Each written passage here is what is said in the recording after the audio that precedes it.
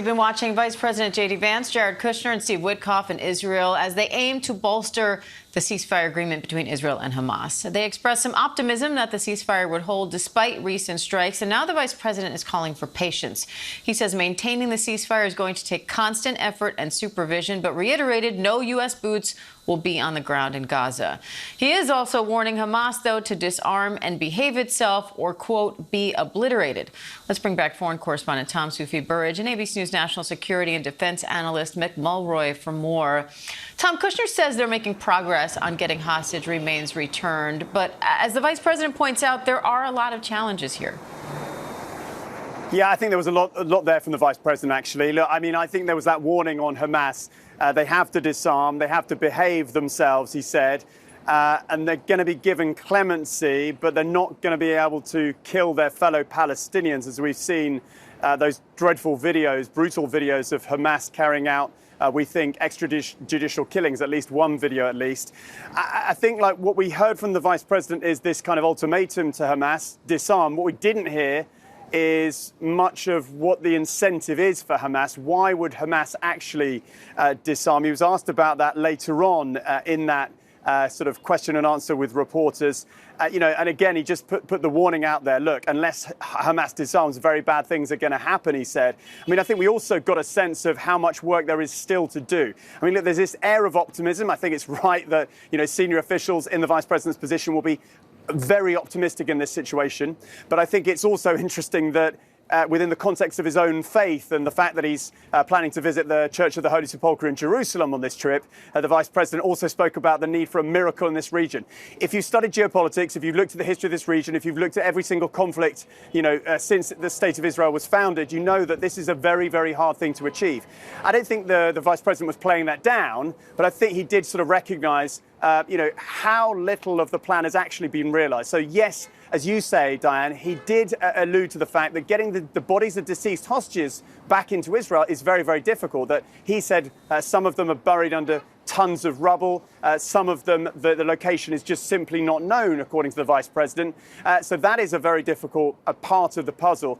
But, this idea of how you force Hamas to disarm, the vice president was also sort of quizzed about this international stabilization force.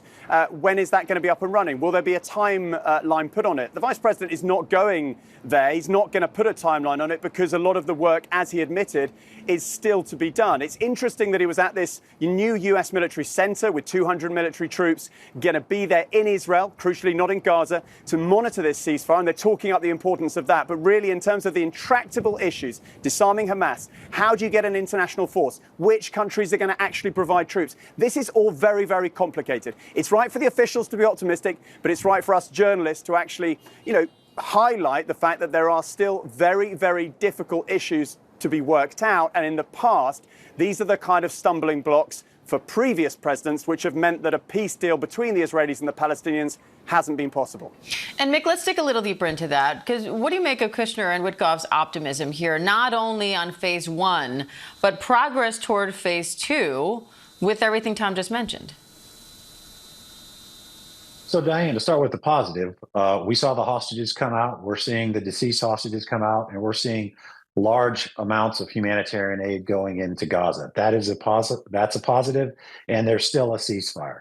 The next phase is going to be difficult. We should have patience. It's going to take quite a bit of time to get the countries that are willing to commit forces to get together, then to integrate, which the vice president was talking about. They haven't worked together in the past, and then to train them essentially for Gaza. They might be soldiers, but that doesn't mean they're ready to be peacekeepers. And of course, at the same time, there has to be movement for Hamas to disarm.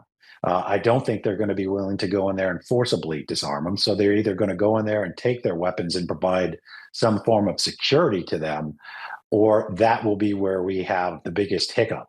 That doesn't mean it's going to happen, and I think we should all want it to happen, but it needs to be happening soon, as it will take time to get this international stabilization force ready to go in there and actually take on this very difficult task. Tom, Vance says he's focused on security, rebuilding, and aid to Gaza. What needs to be ironed out before we start talking about who's going to govern Gaza? Well, I think we don't know exactly which states are going to financially back all of the reconstruction. I mean, we know from the president and from the vice president today that Gulf Arab states, with their huge financial resources, are probably going to play a fundamental role in that. I thought what was interesting from Jared Kushner, actually, when the vice president deferred to him on the answer of one question, Jared Kushner said no reconstruction funds will be going into areas Hamas still control. So that is, at the moment, the whole western sort of half. If you think of Gaza as a long strip of land, the side near the coast, near the Mediterranean, running down, about half of the strip, that is still controlled. Really, at the moment, it's controlled by Hamas. I mean, that is not what Israel eventually will agree to, in theory, and not as part of the deal, effectively. But at the moment, that's the reality on the ground. The other half to the east, that is controlled still by the IDF, past what's called as a yellow line at the moment. Jared Kushner suggested that there is some kind of reconstruction happening in that eastern half of the Gaza Strip. That said, I think that comment should be taken, cautiously, in the sense that there is such widespread destruction and demolition from 2 years of war in Gaza that at the moment, in these very early phases, I think that has to be kind of clearing work. We're not, I don't think we're talking about actual sort of significant reconstruction at this phase. Look, this is the sort of longer term picture. At the moment, I think, as we heard from the vice president, the issue that they're working so hard on right now with partners, we had a very interesting meeting between the Egyptian head of intelligence in Jerusalem and the Israeli Prime Minister Benjamin Netanyahu this morning. Those partners, the Egyptians, the Gulf Arab states, as the vice president said, are going to be part of this mix. This is this conversation which is going on now. And the vice president also suggested that Gulf Arab states, their patience with Hamas is running thin.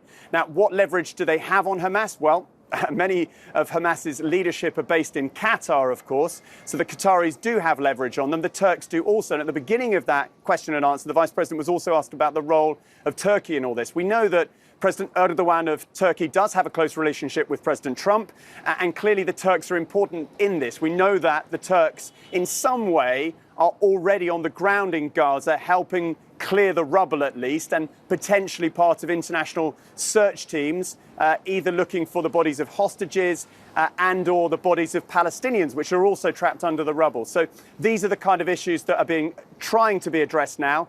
There is this huge optimism. The wheels are in motion on this plan, but there is still a lot to achieve and a lot to work out. Mick, Vance also referenced President Trump's post saying many countries say they would welcome the opportunity to go into Gaza and straighten out Hamas. What is the plan? What happens if Hamas doesn't disarm?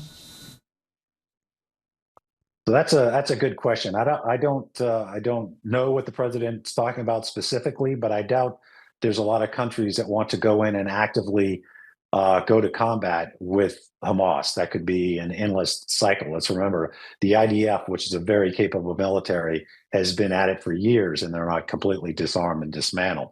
So that's a very, very difficult task. I think ultimately, to get Hamas to disarm is going to come up. We're going to have to come up with some kind of security mechanism for them. Not that we care about their well-being, but they do, obviously.